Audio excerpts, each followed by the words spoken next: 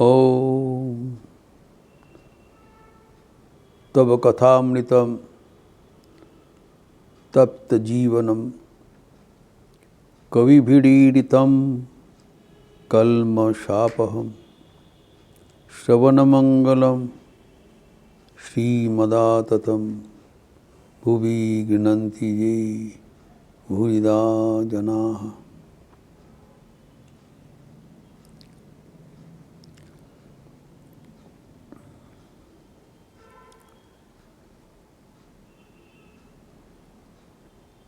जमलार्जुन के स्तव में श्री कृष्ण जी गुण कथा बोला जा रहा है।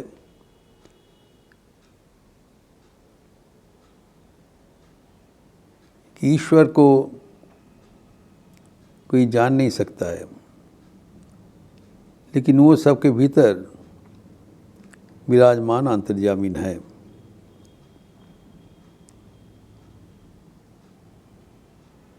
वे गुणातीत है, हमारे मन के स्वामी है, मन के अंतर्यामीन है। वही ईश्वर सबके भीतर विराजमान, सबके नियामक, सूक्ष्म रूप से विद्यमान है।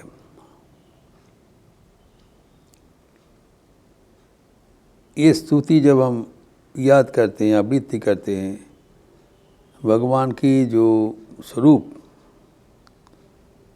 उपलब्धि करते हैं, तब हम देखते हैं जो भगवान कितने विराट है, कितने गंभीर है, कितने व्यापक है।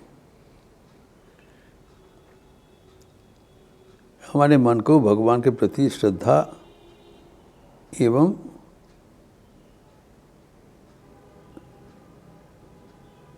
भक्ति से निमज्जित कर देते हैं।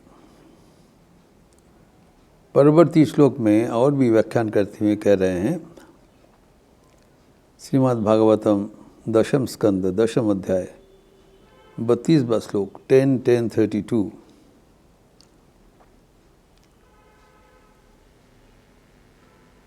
गृह्यमान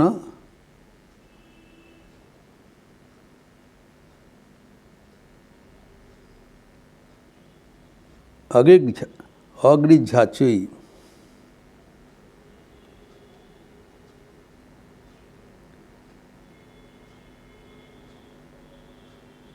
विकारोई प्रगति गुणई।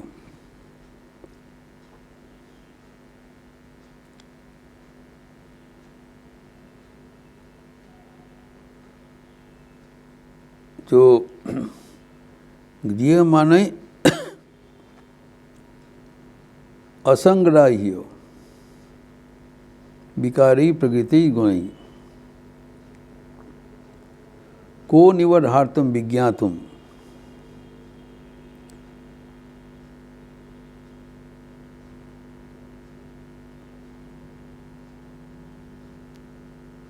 प्राकृति संवितः।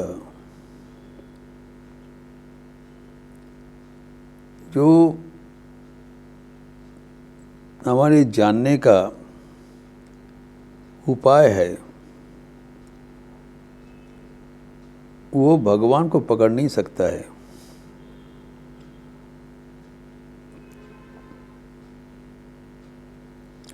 वो हमारे पकड़ के बाहर है। ये बड़ा विचित्र तथ्य दे रहे हैं, कारण हमारे जो जानने के उपकरण है, जो प्रकृति एवं उनके विकृति, जो हमारे इंस्ट्रूमेंट्स टू नो, मन बुद्धि अहंकार, इसी तरह हम सबको जानते हैं। ये किससे हुआ है? प्रकृति से। लेकिन वो प्रकृति के परे हैं। ये जानना पड़ेगा जी, भगवान प्रकृति के परे हैं। ठाकुर बोलते हैं, আমরা তার আন্ডারে আছি, प्रकृति इज अंडर हिम। और प्रकृति के अंतर्गत हमारे जो जानने का इंस्ट्रूमेंट्स है, जांच प्रक्रिया है, बुद्धि है, वो सब प्रकृति का अंडर में है। तो प्रकृति के जो अधीन है उससे हम प्रकृति के परे जो विराजमान है उसे कैसे जानेंगे? संभव नहीं है। वो व्यर्थ होकर वापस आ जाते हैं। जतो वाचो निवर्तन्ते अप्राप्य मनसा सह। इसीलिए उपनिषद ने ये बात बताया कि जहाँ वाणी और मन वापस हो जाते हैं, मन के साथ वाणी वापसी हो जाता है, हाथ उठा लेते हैं। इसलिए हम लोग आरती का भजन में क्या करते हैं? नमो नमो प्रभु वाक्य मनातीत, मनोवचन नहीं का आधार। हम उनको उपलब्धि कर सकते हैं लेकिन उनको जानना हमारे पहुंच के बाहर है। यही बात बताया जमलार्जुन का स्तंभ। एवं कोई उनको जानने नहीं सका। वो नहीं बोल रहा था विज्ञातुम, क्योंकि जानने का जो हमारा अवधि है जान नहीं सकते। लेकिन वो सबके भीतर बैठे हैं, वो सबको जानते हैं। He knows everyone but do not know him. सृष्टि के प्रारंभ से ही जीव ईश्वर को जानने के लिए प्रयास करते हैं। This is first time we want to know God. जो भगवान हमारे इतने प्यारा है, इतना अपना है, स्वभावतः हम उनको जानने चाहते हैं, लेकिन जानने में व्यर्थ हो जाते हैं। इच्छा तो है लेकिन हमारे जानने का वो अवधि का पार है। एक बार नरेंद्र नाथ, उस समय में युवक थे, ठाकुर के पास आए और बहुत बड़बड़ाने लगे कि तुम्हारा जो ईश्वर है वो पक्षपात दुष्ट है, जो इतने गरीब पड़े हुए हैं, अनाहरी पड़े हुए, उसको देखभाल करने में असमर्थ है। कैसे उनका सृष्टि चला? अगर मैं सृष्टि करता होता तो और अच्छा चला लेते हैं। नरेंद्र नाथ कहते हैं तुम्हारा सृष्टिकर्ता, तुम्हारा माँ वो इनएफिशिएंट है। ठाकुर क्या कहते हैं? उसको लेके बोले ठीक है चलो। शाम हो गया था, दक्षिणेश्वर में ले गए हाथ पकड़ के। देखो तो ऊपर में आँख उठा के आकाश की ओर क्या देख रहे हो? अगर नहीं तारकाएँ, नक्षत्र, खचित पूरा आसमान। बोले देखो जी इतने विराट सृष्टि है, इतने सितारे, एक एक सौर जगत है, उसमें से छोटी सी एक सौर जगत में, ये छोटी सी प्रांत में तुम इधर बैठे हो, तुम्हारा छोटा सा मगज से तुम इतना बड़ा सृष्टि का जो करता है उसका विचार कैसे कर सकते हो? How can you do it? एक शेर घोटी देखी 5 शेर दूध धरे, the capacity is 1 unit. How can you pour 5 units of milk? It exhausts its capacity.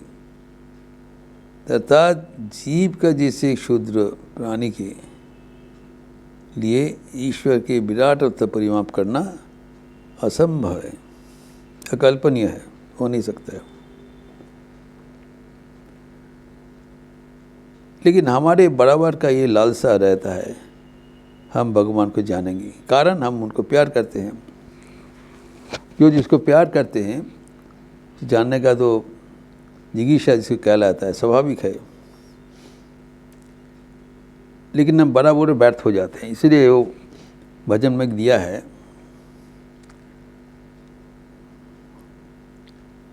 অনন্ত অনন্ত ভাবে অন্ত কে করে, প্রধান গ্রন্থ বেদ বেদান্ত গেল চুপ মেরে,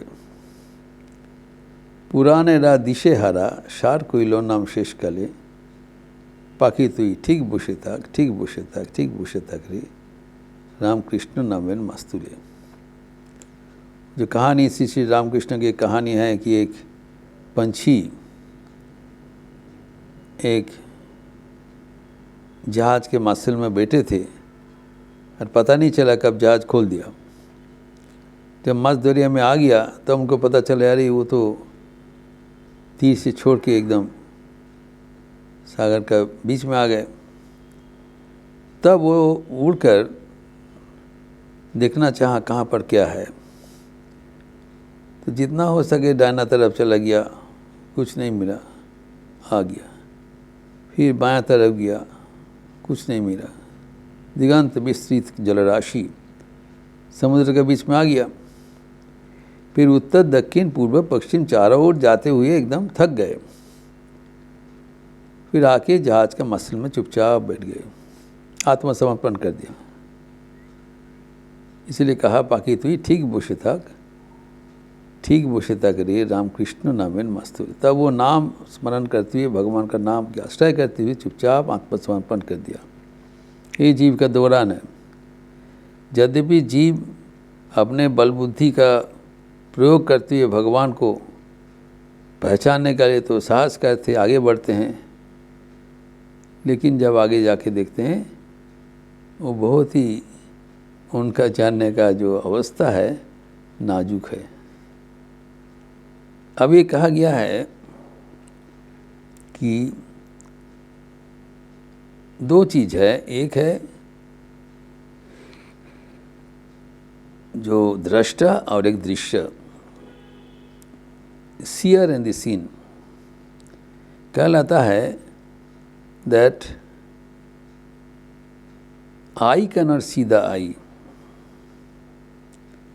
जो आँखें हैं वो दृश्य, ये दृश्य जो वस्तु है देखते हैं, लेकिन वस्तु को भी दृष्टा को नहीं दे सकता है।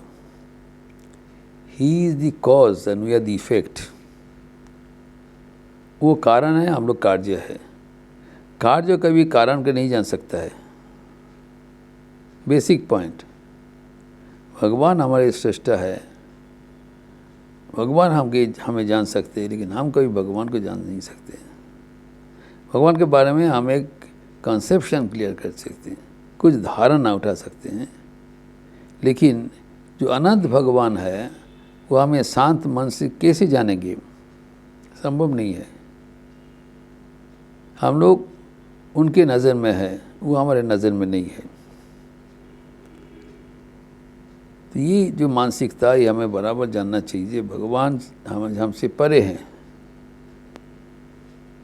इस मन से, इस वाणी से, इस बुद्धि से हम उसको जान नहीं सकते हैं। हम दृश्य है, वो दृष्टा है। He is the seer and we are the seen. ये दृश्य का जो संपर्क के बराबर चिरंतन है। तो हमें भगवान को जानने का कोई प्रयास नहीं करना चाहिए। भगवान के चरणों में आत्मसमर्पण करते भगवान को प्यार करने का प्रयास करना चाहिए। God can not be known but he can be loved. भगवान को हम जान नहीं सकते हैं, लेकिन हम प्यार कर सकते हैं। Can offer our hearts love to him and become blessed. That is the goal of life.